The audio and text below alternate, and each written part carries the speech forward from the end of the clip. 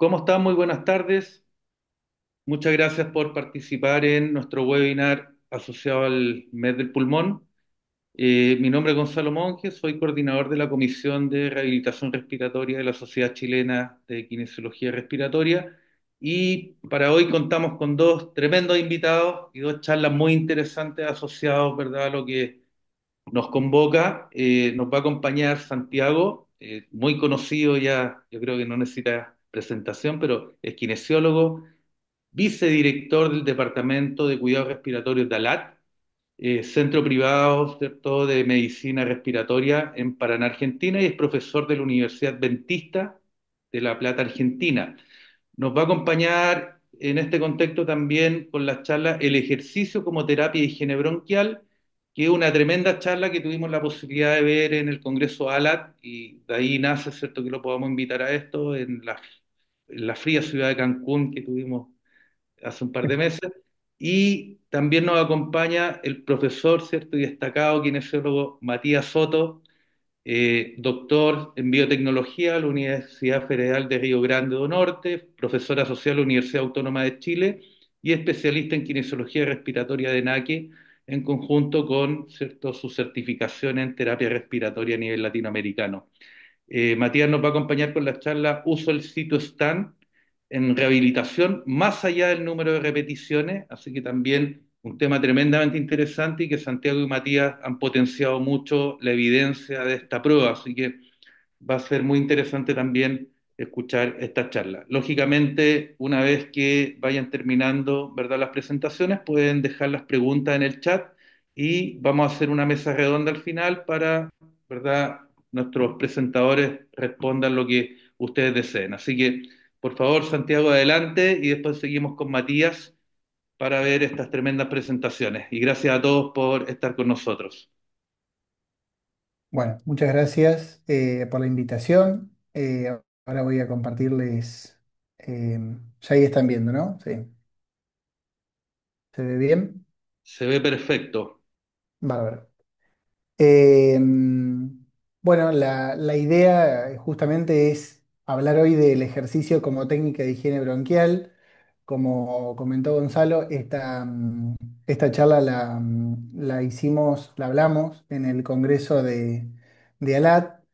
Y me gustaría que si tenemos la oportunidad la podamos discutir al finalizar la misma o al finalizar también la charla de Matías acerca de estos conceptos.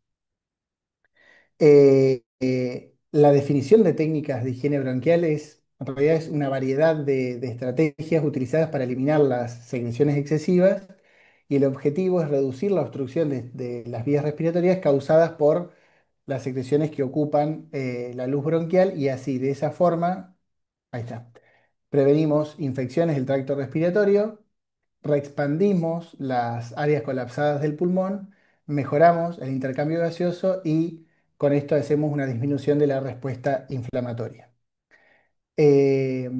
Brevemente voy a nombrar los grupos que tenemos de técnica de higiene bronquial, y uno es las técnicas manuales, que son las sin dispositivo, las técnicas con dispositivo, bien, que son el PEP oscilante, que dentro de eso está el flúter, el acapela y el aeróbica. eh, las vibraciones de alta frecuencia y nebulizaciones con soluciones hipertónicas o mucolíticos. Y por otro lado tenemos técnicas complementarias, si se quiere decir, que son esto de ejercicio físico aeróbico o de resistencia, que es lo que hoy vamos a hablar. ¿A quiénes están dirigidas estas técnicas de higiene bronquial? Bueno, a pacientes con EPOC, con hipersecreción mucosa, a pacientes con bronquiectasias no FQ, a pacientes con fibrosis quística, a pacientes que tienen infecciones respiratorias recurrentes, a pacientes con atelectasias y pacientes con enfermedades neuromusculares con tos inefectiva. Ahora, ¿qué pasa? Cuando vemos el listado de todas estas enfermedades, si bien, o de estas situaciones, si bien comparten el hecho de tener hipersecreción mucosa, no todas las técnicas se pueden aplicar a todos los pacientes. Por eso, perdón, y me había faltado los postoperatorios torácicos o abdominales. Por eso lo que pensamos es que estas intervenciones que nosotros vayamos a realizar con nuestros pacientes tienen que ser a medida en base a lo que necesite nuestro paciente. ¿Por qué digo esto? Porque no podemos pensar, por ejemplo, en pacientes neuromusculares, en hacerles hacer ejercicio físico, pero si me preguntan si le haría hacer ejercicio físico a un paciente con EPOC, claramente saben que voy a alentar a que el paciente haga ejercicio físico como medio para eliminar las secreciones. Por lo tanto, esto sigue la línea de la definición de rehabilitación respiratoria, que es hacer intervenciones tanto de ejercicio físico como de educación, que se adapten a las necesidades de nuestros pacientes. Y para saber eso tenemos que evaluar qué es lo que puede hacer nuestro paciente. Bien. Ahora, si vamos al porqué de por qué elegimos el ejercicio para eliminar las secreciones, se piensa que el ejercicio promueve la eliminación del moco de manera multimodal, incluyendo la vibración mecánica, el aumento de volumen, la tos y el cambio de la viscosidad del esputo.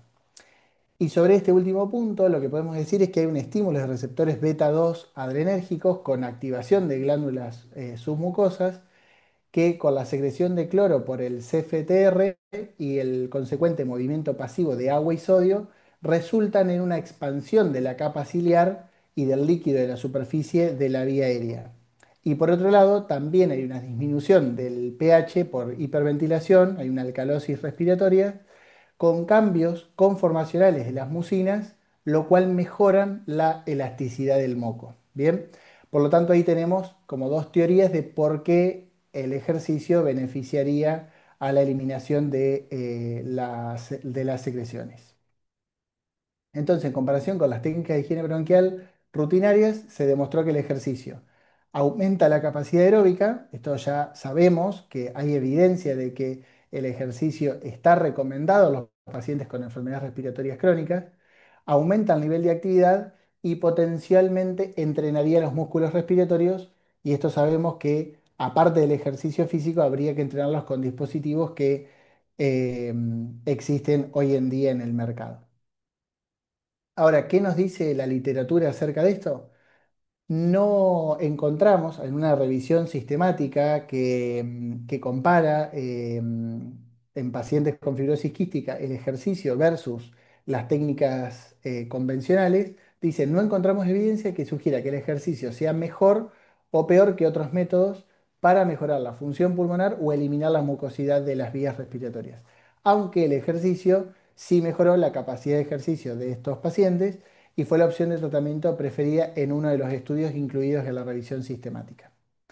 Ahora, cuando revisamos los cuatro artículos que estaban en esta revisión, vemos que en uno de los trabajos se incluían las técnicas convencionales versus el ejercicio en 18 pacientes con FQ durante 4 días. Un día hacían la fisioterapia respiratoria, otro día hacían 20 minutos de bicicleta al 60% del consumo de oxígeno máximo, otro hacían un día de 10 minutos de bici más 10 minutos de fisioterapia respiratoria y otro día al revés, en la última intervención, 10 minutos de fisioterapia más 10 minutos de bicicleta.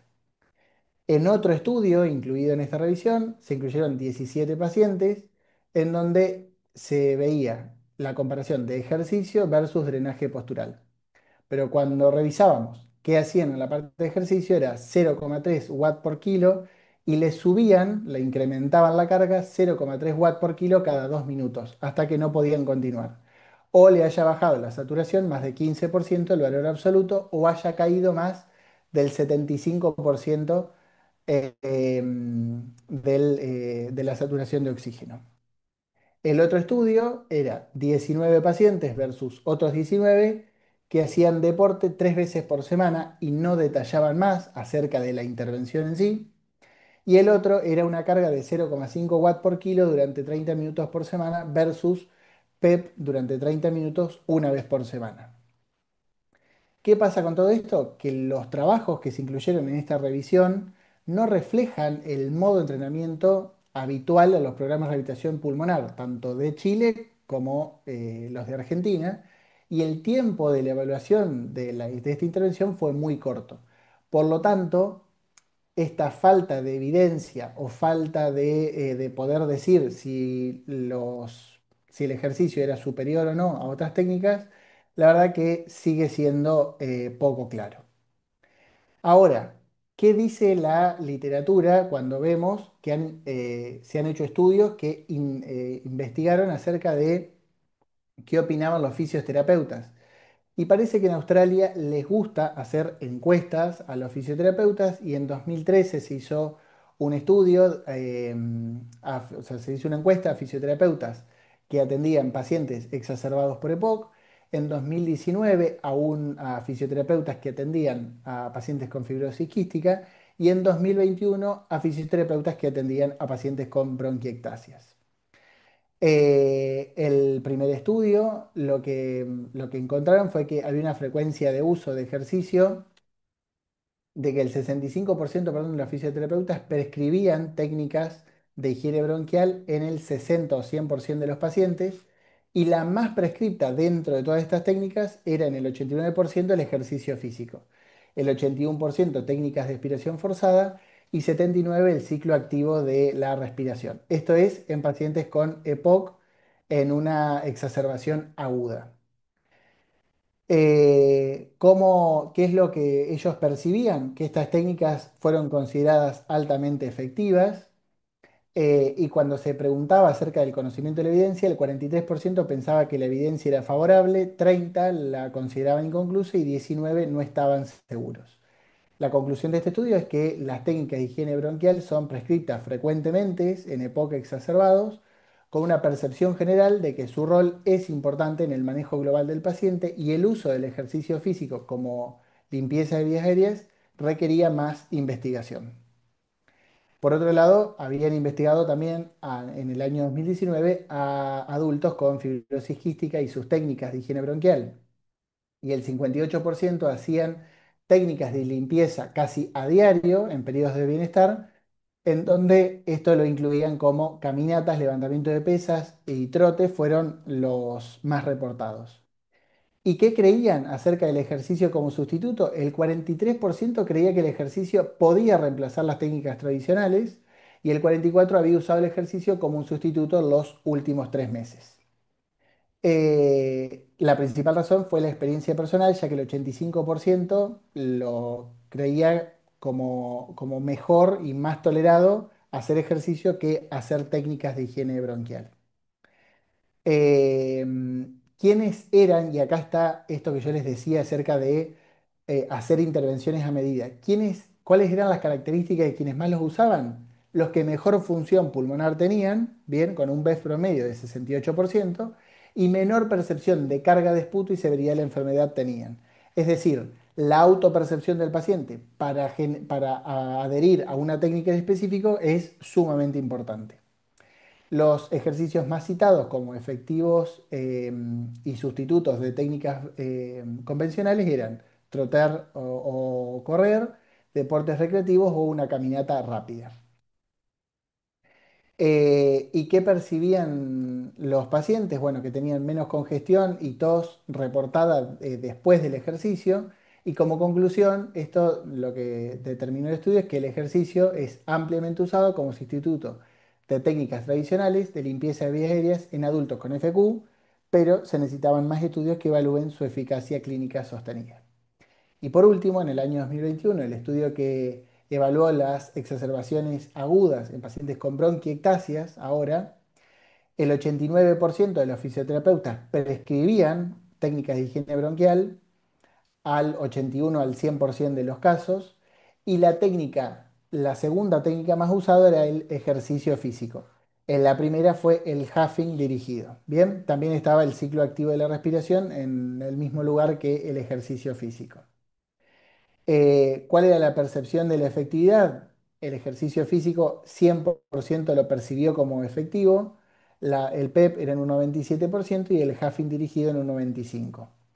¿Cuáles eran los factores para decidir la utilización? La presentación clínica del paciente y la presencia de contraindicaciones.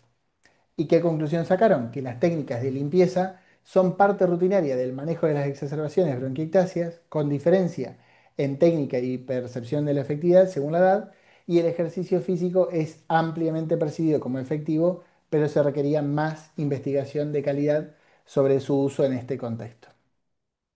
Ahora, la pregunta es, después de esta evidencia, si se puede decir, de las tres encuestas en Australia y lo otro que habíamos visto de la revisión sistemática es cómo lo incluimos.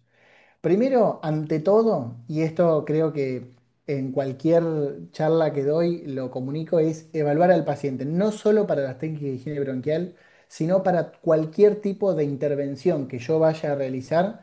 Tengo que evaluar al paciente porque con esto voy a conocer las necesidades, voy a poder individualizar la carga.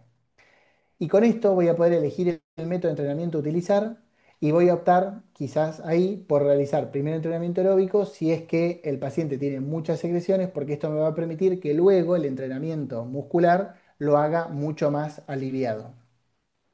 Y con esto puedo evaluar la efectividad del método seleccionado y cambiarlo de ser necesario. Es decir, es una evaluación y una reevaluación constante que yo debo hacer con los pacientes, ya que, vuelvo a insistir, hay que hacer un tratamiento a medida.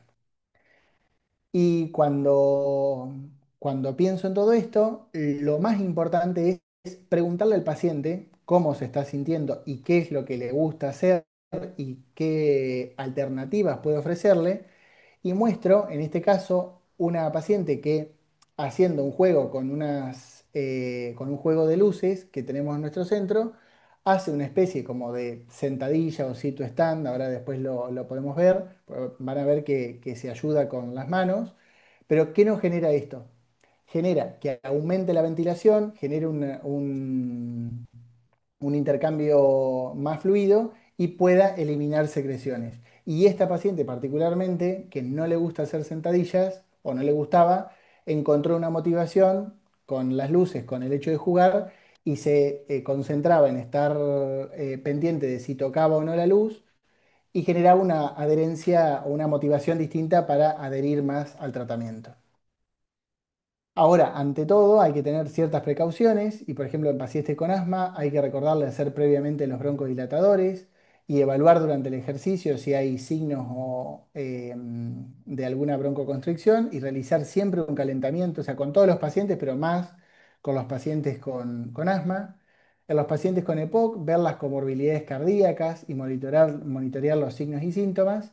Y tener en cuenta bien que con este grupo de pacientes, quizás los entrenamientos de alta intensidad van a ser más tolerados que los entrenamientos continuos.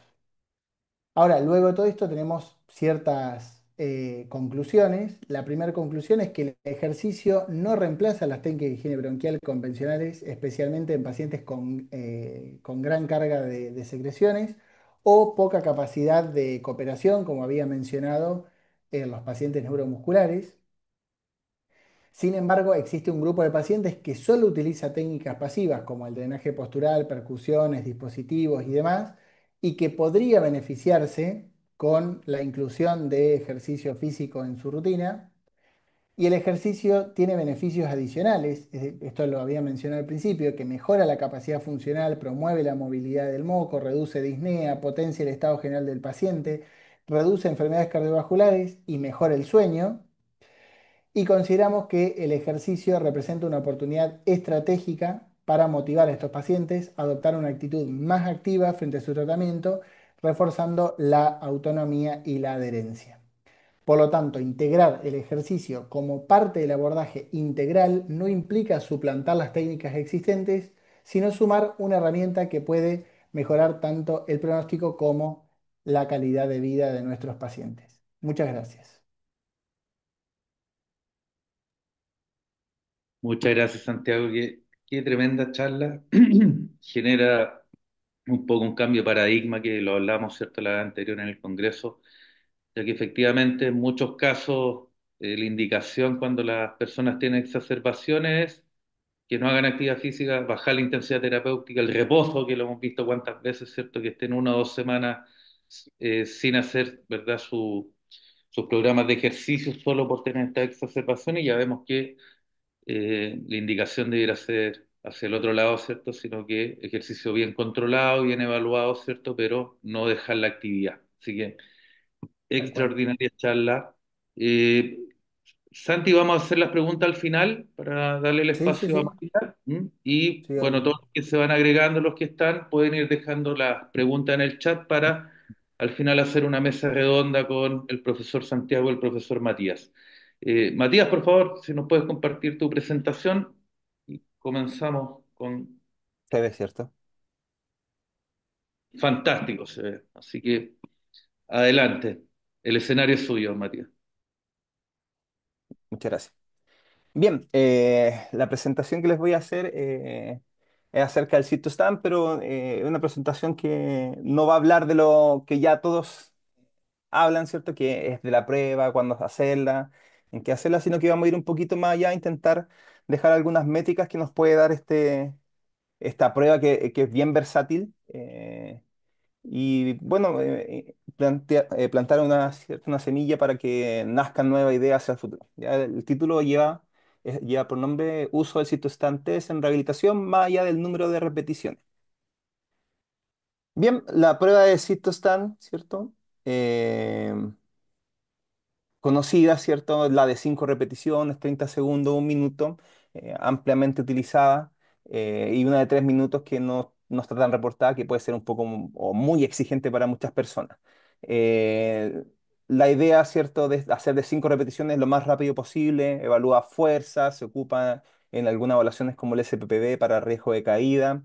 Y 30 segundos, un minuto, 3 minutos ya para evaluar algo más de capacidad funcional. Un test súper sencillo, como se ve en el video, se puede realizar en el hogar, se puede realizar en un centro clínico, en una habitación de un hospital.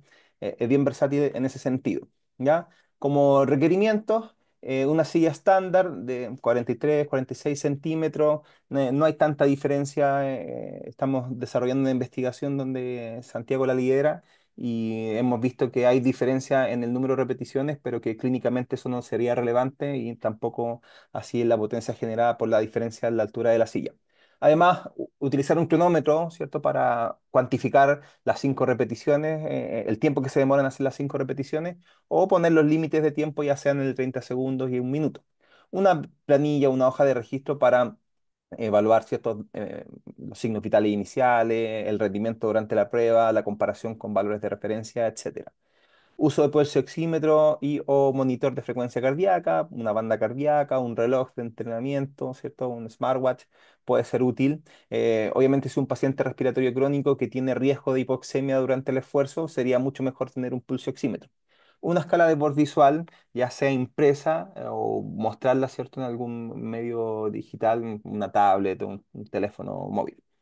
Y como dijimos anteriormente, cuando el sitio está es por tiempo, ya sea 30 segundos o un minuto, nosotros registramos como variable principal el número de repeticiones. Si el sitio es por repeticiones, ya sea de 5 repeticiones, hay una versión de 10 repeticiones, la variable principal va a ser el tiempo.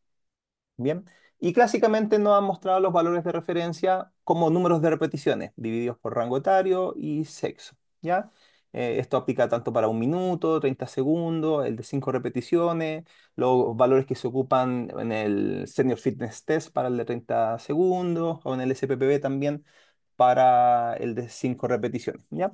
Entonces siempre he estado centrado en esa variable como principal, así como mucho tiempo el test de marcha también se evaluó por metros caminados y después ya se empezaron a ocupar otros índices compuestos que han demostrado mejores rendimientos en ciertas predicciones.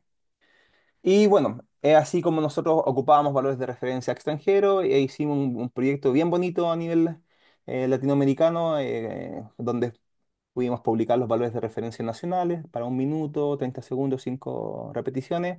Lo mismo en otros países como Ecuador, Argentina. También está pendiente el grupo de Colombia que está bajo revisión y un grupo brasileño que también está llevando la investigación a cabo. Entonces, ya podemos encontrar valores de referencia para Latinoamérica, en distintos países, con distintos rendimientos a los de Strassman, que era lo que teníamos como gran referencia. Entonces, obviamente esto es mucho más aterrizado a la realidad local. Bien, pero bueno, también número de repeticiones o tiempo en el caso del de 5 repeticiones. ¿Por qué nosotros deberíamos usar el citostat en rehabilitación? Bien, Se ha valorado y se ha validado principalmente con con la otra prueba de capacidad, ¿cierto? Física, que se ocupa harto en enfermos respiratorios crónicos, como lo es el test de marcha, y ha presentado correlaciones moderadas con respecto al rendimiento en el de 30 segundos y el de un minuto con respecto a la distancia caminada en el test de marcha, ¿ya? Entonces, por ahí se ha ido enganchando un poquito este Cytostat en rehabilitación. Bien. Creo yo que no reemplaza al test de marcha, pero es una alternativa muy buena en cuando no se puede aplicar, ¿ya? Por temas de contexto, por temas de recursos humanos, por temas de que a lo mejor la persona no puede caminar los 6 minutos. Bien. Em, Se ha valorado también qué tan exigente es esta prueba, al menos en distintas enfermedades intersticiales, y el rendimiento o la exigencia es un poquito más baja que el test de marcha 6 minutos, ¿ya? Entonces, va por esa senda, pero es menos exigente. O sea, igual es un minuto de sentarse y pararse, el otro son 6 minutos de caminar lo más rápido que pueda. Y es bien marcado el rendimiento que tiene tanto a nivel de ventilatorio como a nivel de exigencia cardiovascular el test durante lo que dura el esfuerzo, y una vez terminado el esfuerzo va a la baja y se recuperan habitualmente los pacientes después de esta prueba de un minuto. Entonces ya hemos visto las validaciones principales de por qué ocupar esta prueba en contexto de rehabilitación. Em, También se ha intentado postular esta prueba como una medición para la hipoxemia en esfuerzo, ya, para el contexto de ejercicio físico. Lo que ha mostrado algunos resultados es que, bueno, primero desaturan menos que en el test de marcha 6 minutos, que es como el que se ocupa harto. Eh, Ha tenido un rendimiento como marcador pronóstico para esta desaturación. Lo que nos dice acá es que si la saturación al finalizar el test del cytostat test de un minuto está bajo el 94%, existe una alta probabilidad de que estos mismos pacientes tengan una saturación bajo el 88% o igual o bajo el 88% durante el test de marcha. Si las personas tienen 94% hacia arriba después del sitio stand de un minuto, probablemente no te desaturen durante la prueba de marcha 6 minutos, ¿ya? Entonces se ha ocupado como un marcador pronóstico para esta otra prueba, considerando que la desaturación es más acotada, es más breve, ¿ya? O es menos intensa, ¿ya? Así, hay otros estudios propuestos, uno recientemente publicado, de que nosotros no deberíamos terminar el control de la saturación una vez finalizado el test, sino que hay que esperar un minuto después porque la respuesta en la desaturación podría ser tardía, ¿ya? Entonces, quizás es mejor indicador la desaturación post un minuto que finalizado el test, ¿ya? Eso da para discutir, no hay tantas publicaciones con respecto a eso, pero es bueno que pudiesen observarlo en cada uno de los contextos de usuarios o personas que, las que ustedes atienden si presentan desaturación durante el sitio stand de un minuto. ¿Por qué otra razón deberíamos ocuparlo? Porque es una prueba validada en el contexto de la telerehabilitación, ¿cierto? Este estudio también liderado por Santiago, que nosotros también fuimos parte, se utilizó, ¿cierto?, un contexto de atención y evaluación presencial y un contexto de una simulación de atención por videollamada, y el número de repeticiones fue prácticamente el mismo, no habían diferencia. Entonces ahí nosotros pudimos establecer que esta prueba es reproducible en un contexto de telerehabilitación, obviamente con las salvedades de que las personas manejen las tecnologías, tengan seguridad en el entorno, no tengan riesgo de caída ni grandes complicaciones. Bien, y la concordancia medida por Plan Altman también fue súper buena. Entonces, pudiésemos ocupar también esta prueba en estos contextos. Ahora, a lo importante de esta presentación. Ya hablamos de que nos da, ¿cierto?, el número de repeticiones y se ha validado con los métodos del test de marcha. Hemos hablado también de que esta prueba puede ser realizada de manera presencial o virtual. Y también hablamos de que hay cierta desaturación un poco más acotada con respecto a la prueba de marcha 6 minutos. Pero, ¿nos quedamos con las repeticiones del sitio stand? Hace unos años, el grupo de Julián Alcázar validó una ecuación de predicción de potencia, ¿ya? Mediante el rendimiento de la prueba de 5 repeticiones. ¿Por qué la de 5 repeticiones? Porque es la que más rápido se puede realizar. No me refiero al rápido en lo que toma el tiempo de la prueba, sino que se le exige a la persona que haga las 5 repeticiones lo más rápido posible. Si yo le pido a una persona que haga el mayor número de repeticiones en un minuto, probablemente se vayan moderando los esfuerzos de cada repetición y puede ser que la potencia sea un poco más baja, ¿ya? Entonces ellos ocuparon el de 5 repeticiones para esto.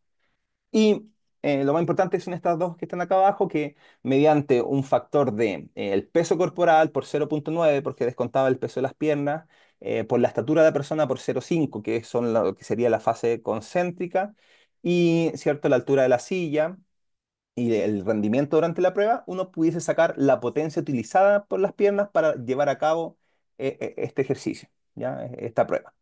Y este mismo valor relativizado al peso corporal nos daría una potencia relativa del citostat. ¿Bien? Y esto fue validado con equipos de medición de fuerza especializados. ¿Ya? Eh, entonces, de aquí empieza a nacer el concepto del cytostat power. ¿Ya? Este cytostat power está por ejemplo, en una aplicación que se llama Power Frail, que está disponible para iOS, ¿cierto? Y Android. Y cierto, como vemos acá, dice el tiempo que dura las repeticiones, y sale el resultado. Yo tengo aquí un video que uno podemos ir visualizando, me parece. Perdón. Y debería yo poder. Acá. Ya, uno pone ciertos datos personales, la altura de la silla, ¿cierto? Estatura, peso, altura de la silla. Y puedo poner un video de lo que grabé, ¿cierto? Y marco el inicio, marco el final. Aquí simulamos una prueba de 5 repeticiones. Ajustamos, ¿cierto? El momento exacto donde termina las 5 repeticiones, colocamos fin, nos da el tiempo que duró el test, 10,28, ¿cierto? Que puede quitar el delay del cronómetro que es humano, y después le vamos a pedir los resultados. Nos dijo, ¿cuántas repeticiones utilizamos? 5, porque medimos el test de 5 repeticiones. Le pedimos ver resultados y nos da, ¿cierto? Los valores de potencia relativa, ¿ya? Potencia relativa, potencia alométrica y MC. Entonces, a lo mejor no queremos utilizar, ¿cierto? La ecuación, podemos ocupar la aplicación y nos da los valores de potencia relativa y ocupa los percentiles de la cohorte europea, ¿ya?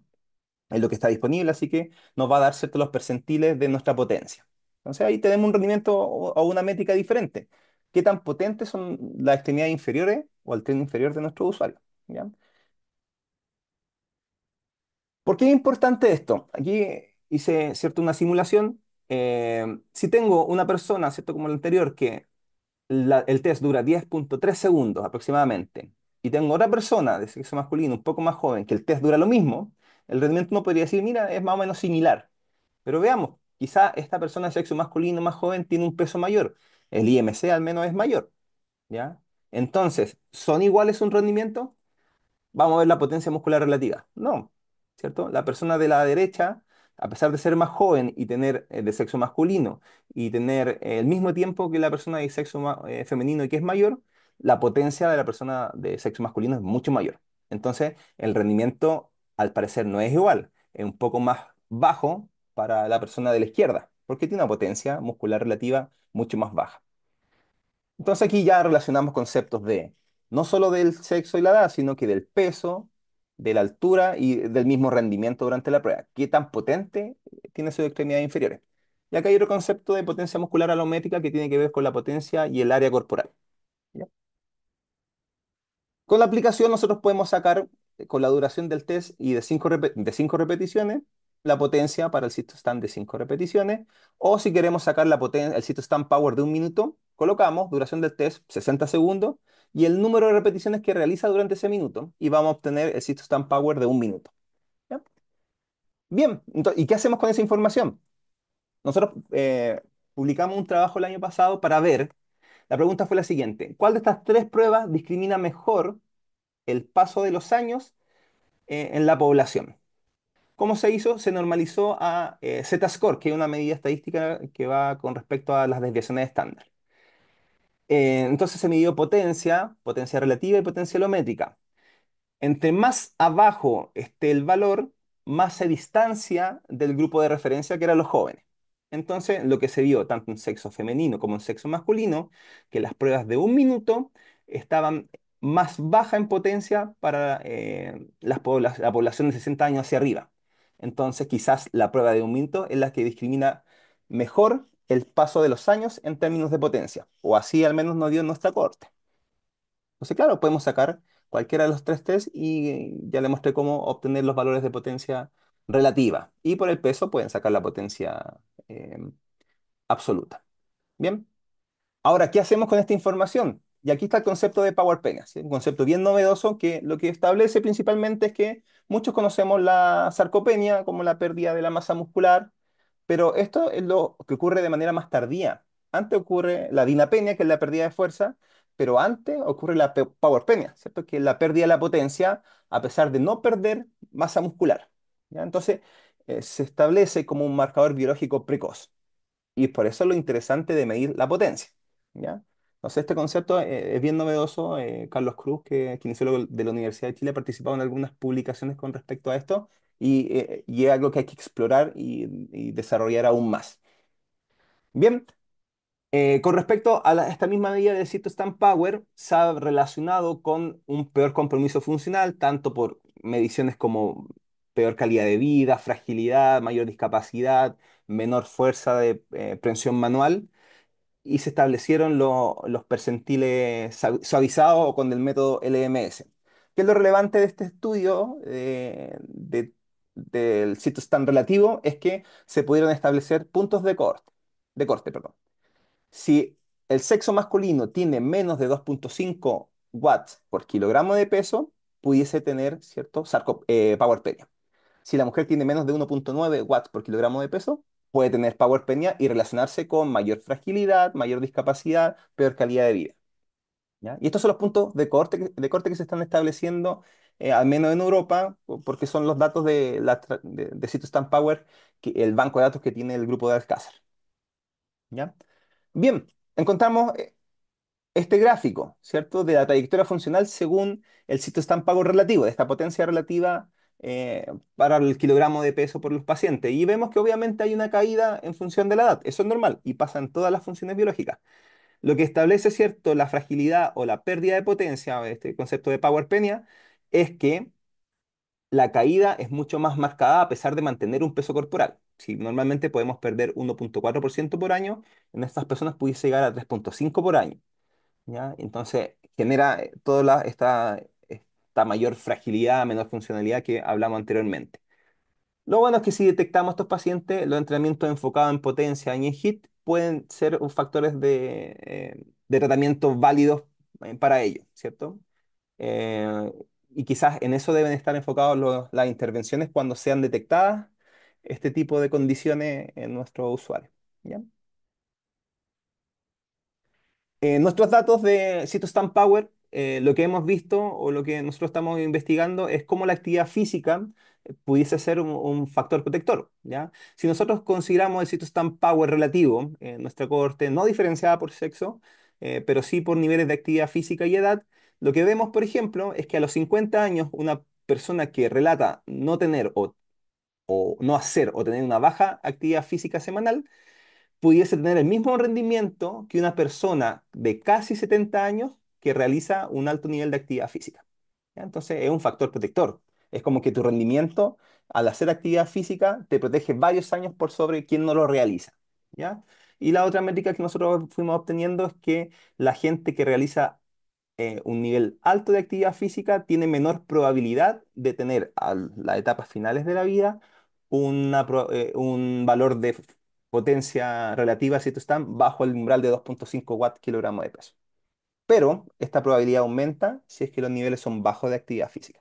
¿Ya? Es lo que vemos en el eje Y.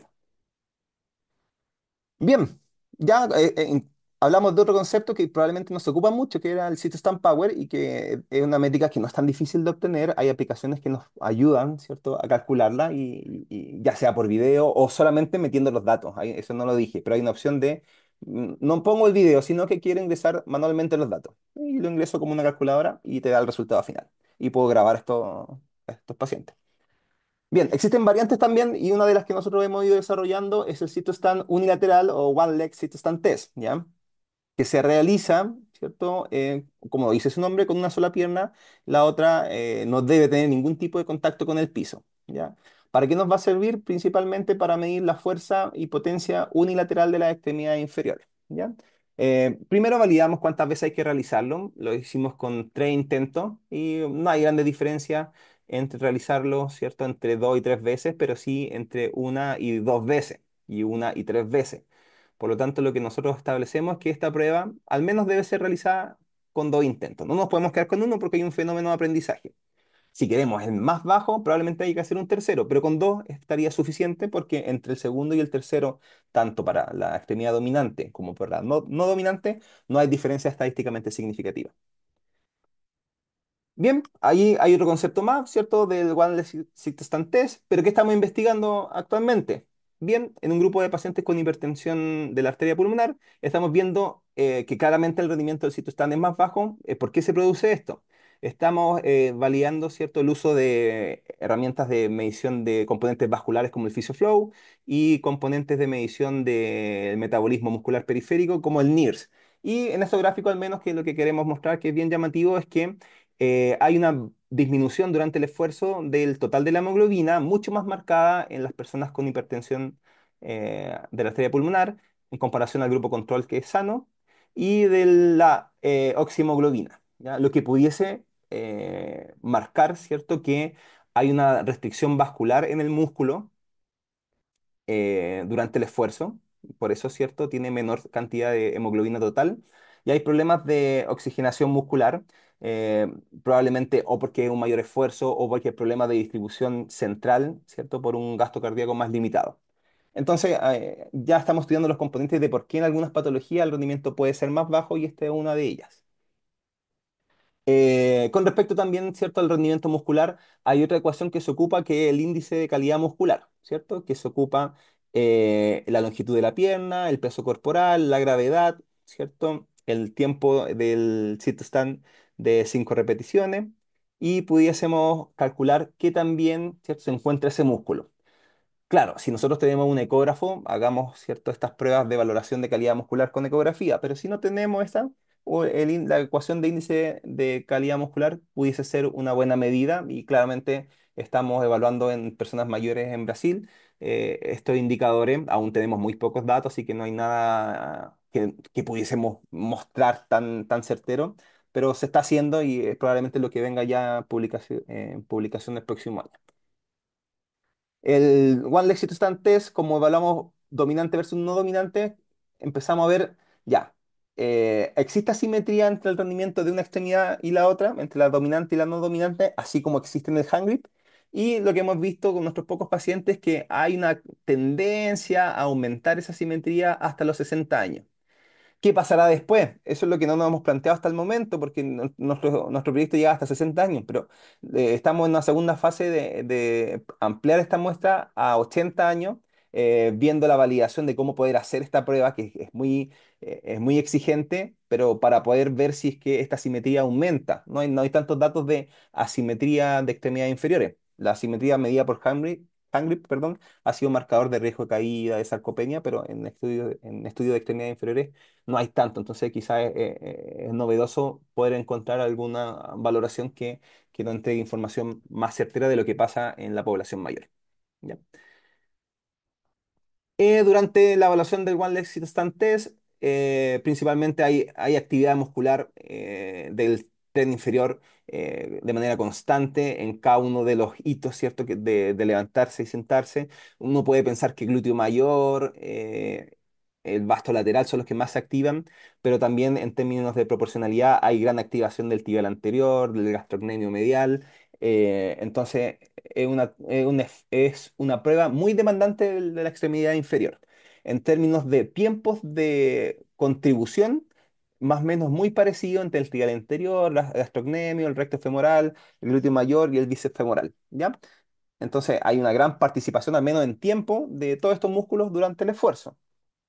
Y lo que tratamos de estudiar es que si entre el primero y el tercer intento existía algún componente de fatiga, solo ha dado hasta el momento con poquitos datos estadísticamente significativos en el gastrocnemio medial, ¿ya? Que quizás al tercer intento se puede fatigar un poco más ese músculo, no así el resto de la musculatura. Y lo otro que estamos estudiando es si esta prueba no solo demanda potencia y fuerza muscular, sino que también el equilibrio de la persona. Entonces hemos visto en algunas personas, algunos usuarios sanos, es que la hacen la prueba más rápido que en comparación a unos que la hacen un poquito más lento, que parámetros que hablan del desplazamiento de los centros de presión, ¿cierto? Pueden ser un poquito más bajos en las personas que realizan las pruebas un poco más rápido, en contraste con quien la realiza en un tiempo mayor, ¿ya? Pero claro, son pocos datos, no podemos establecer conclusiones aún, estamos estudiando esto, probablemente tengamos mayores resultados de aquí al próximo año. Y también haciendo un estudio de valoración de una ecuación de predicción del one leg to stand power, validando una ecuación diferente a la del sitio stand power convencional, con un encoder lineal, que hemos tenido resultados preliminares muy similares, muy parecidos, un buen rendimiento, bajo error.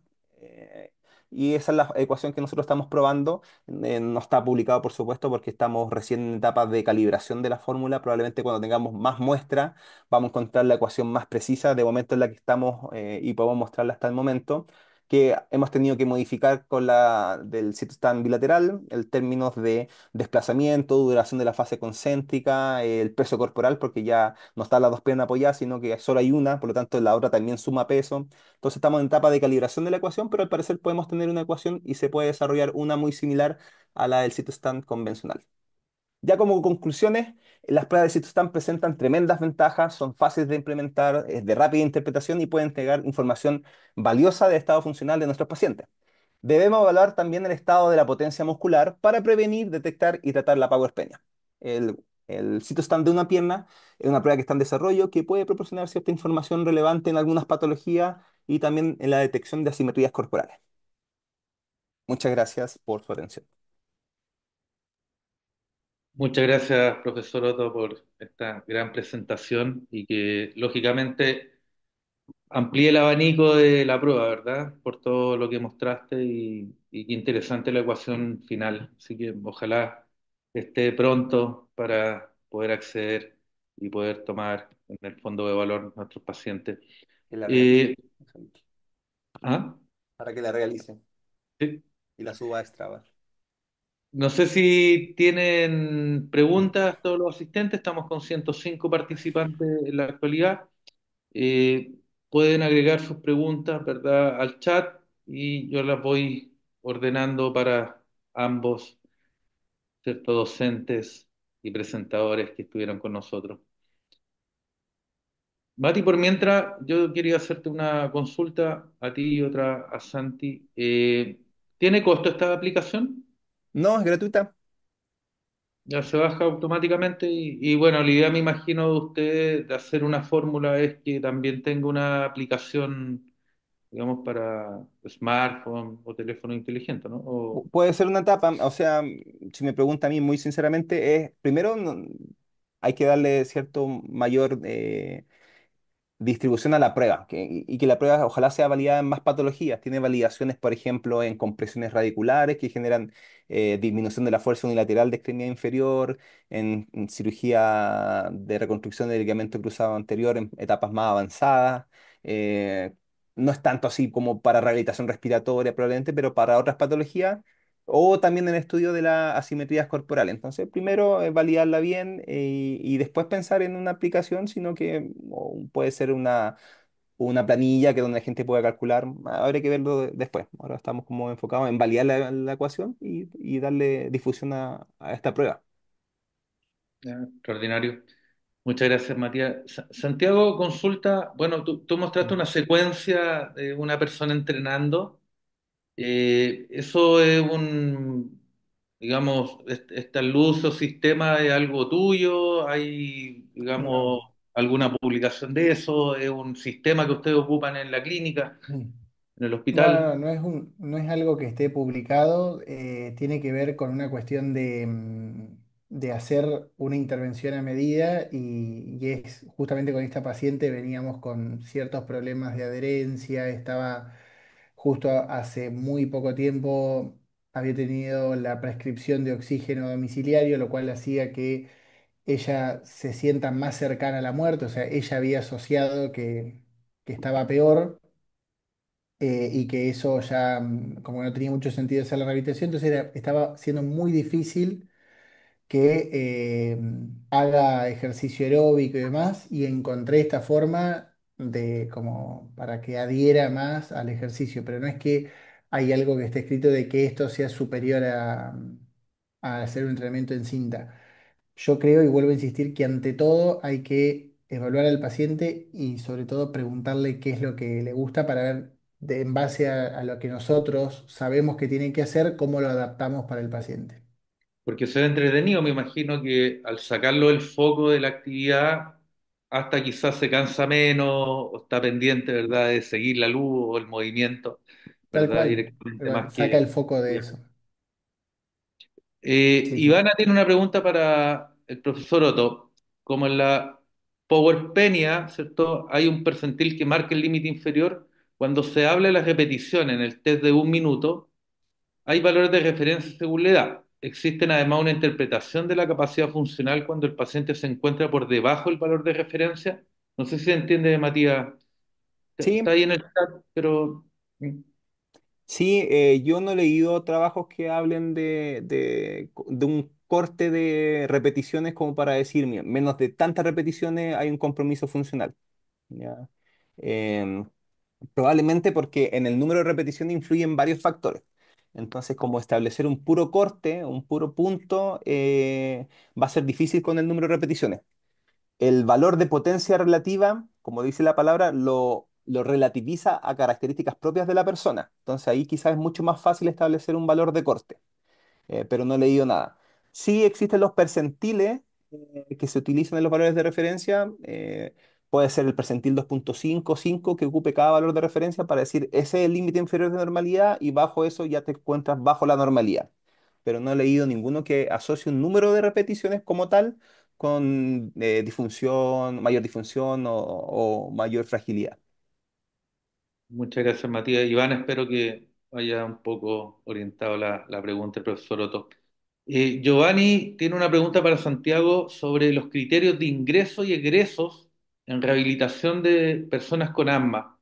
¿Cómo ven ustedes la severidad? ¿Ven resultados espirométricos? ¿Cómo es la guía Bien, en este qué contexto? buena pregunta. La verdad es que con los pacientes con asma eh, es creo que la característica principal de esto de hay que evaluar al paciente. ¿Por qué? Porque el asma presenta una variabilidad de severidad muy amplia y de presentación, o sea, de que un mismo paciente por periodos esté con o múltiples exacerbaciones o tenga un asma controlada.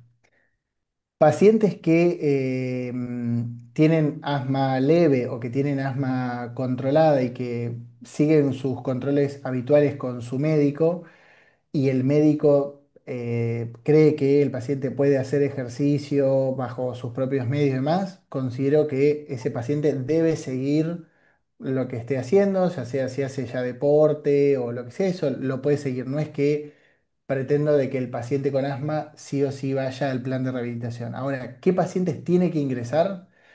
El paciente que tiene asma grave y tiene exacerbaciones recurrentes, el paciente que nunca hizo ejercicio y fue diagnosticado de grande asmático, porque ese paciente va a tener por lo general mucho miedo de hacer ejercicio y ¿qué va a tender a hacer? Quizás va a un gimnasio, menciona que es asmático y que los primeros que le van a hacer es hacer con menos intensidad, porque quizás no están preparados para atender a un paciente respiratorio crónico, entonces ante la duda bajan el nivel de exigencia, cuando en realidad y quizás soy reiterativo, pero quiero dejarlo en claro, lo que hay que hacer es evaluar la capacidad de cada paciente.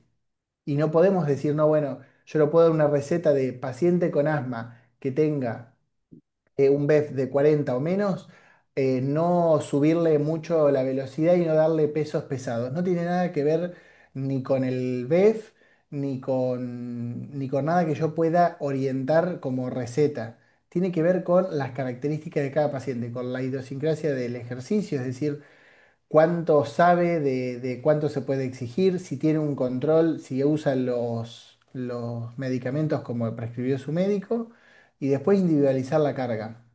Y con respecto al egreso, tiene que ver mucho en base a cómo le vaya en el programa. Hay pacientes asmáticos remodelados que se comportan como pacientes con EPOC que yo no daría nunca un alta en la rehabilitación respiratoria y pacientes que, como mencioné, fueron recientemente diagnosticados y tenían miedo y que lo único que necesitan es una orientación de 1, 2 o 3 meses con un kinesiólogo y después pueden seguir un gimnasio habitual. Hay que pensar, perdón, hay que empezar a pensar la rehabilitación respiratoria como un abanico de posibilidades para el paciente. no como una receta en la que todos los pacientes tienen que ingresar 3 meses y fin. Hay pacientes que quizás ingresen un mes y sea suficiente y después tengan controles con los kinesiólogos cada 6 meses. Pacientes que nunca vayan a dejar rehabilitación y pacientes que hacen 3 meses y después siguen por su cuenta y vuelven a hacer otros 3 meses. O sea, hay que abrir la cabeza en las posibilidades que les ofrecemos a nuestros pacientes porque porque por suerte tenemos cada vez más prescripción en esta área de la kinesiología y tenemos que estar a la altura de estas circunstancias. Perfecto, muchas gracias, Santiago. Ya. Querido asistente, vamos a hacer una última pregunta porque ya han aparecido un montón y vamos a terminar, ¿cierto? Muy tarde y obviamente no era el tiempo de los expositores, ¿verdad? Lógicamente. Eh, para Matías, que me parece interesante esta pregunta sobre el cambio clínicamente significativo para la prueba de CitoScan en un minuto. Si tenemos, ¿verdad?, ese dato para saber O que sea, efectivamente la acción que yo hice, ¿cierto? ¿Cuántas repeticiones más debiera hacer la persona para saber que un cambio, porque en el test de marcha existe un número de metros, me imagino que allá apunta la pregunta de Karina. sí está descrito en EPOC de 3 repeticiones como el cambio mínimo clínico importante. ¿Ya? Pero ahí, claro, faltan más estudios en otras enfermedades, probablemente bandas por ahí que 3 repeticiones en un paciente que probablemente haga 20 y tantos, va a ser más del 10%. Pero 3 es el que está reportado en la literatura. Para Estupendo. citostán de un minuto. Perfecto, sí, Bien. ahí ya la pregunta de Karina. Muchas gracias. Bueno, damos por finalizado. Agradecemos a Matías y a Santiago por sus tremendas presentaciones, por las preguntas también. Al profesor Gabriel Medina, que nos apoya siempre en todas estas actividades de la Sociedad Chilena de Kinesiología Respiratoria. Santi, mucho éxito en el Congreso Europeo de Respiratorio, que parte ya la otra semana, así que muy bien allá. Y Matías, no sé Gracias. si puedes sacar una foto, tú que ahí tienes más Yo manejo hago para una que última después Gabriel la aclaración. pueda subir, por favor. Si a alguien le quedaron preguntas o lo que sea, puede hacérmelas a través de mi Instagram. No tengo problema en contestarla porque sé que quedaron ahí unas pendientes, pero Sí, las perdí ahora, así que no hay problema que me escriban. fantástico, muchas gracias. Ojalá Matías tenga la misma disposición con... Sí, pueden escribirme al Instagram de Santi. Ah, no, pueden dar al Yo correo, se no las sé. paso. Yo me las paso por WhatsApp. Eh, Fantástico. pero para la foto tienen que prender las cámaras.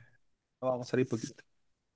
Sí, por favor, los que quieran ahí aparecer para que después salga en la Sociedad Chilena de Kinesiología Respiratoria los que participaron en el webinar, así que vayan poniendo sus cámaras para que Matías Sí, pueda demos unos segunditos más. ponerlo.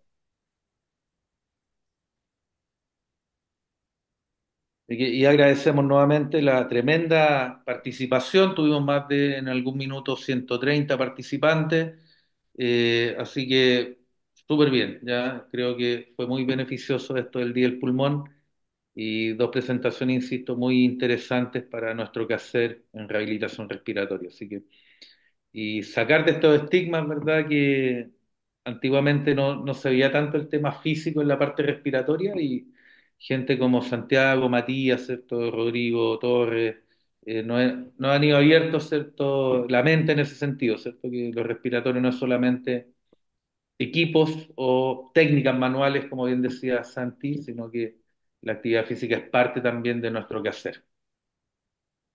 Así que, Matías, cuando Y usted diga, Sí, voy a sacarlas pronto, ahora. para que sonriamos. claro, Vamos bien la camarita.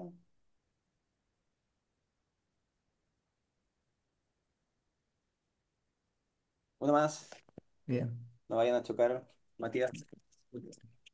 No le vayan a quitar el teléfono. ¿Listo? Muy bien. Muy bien.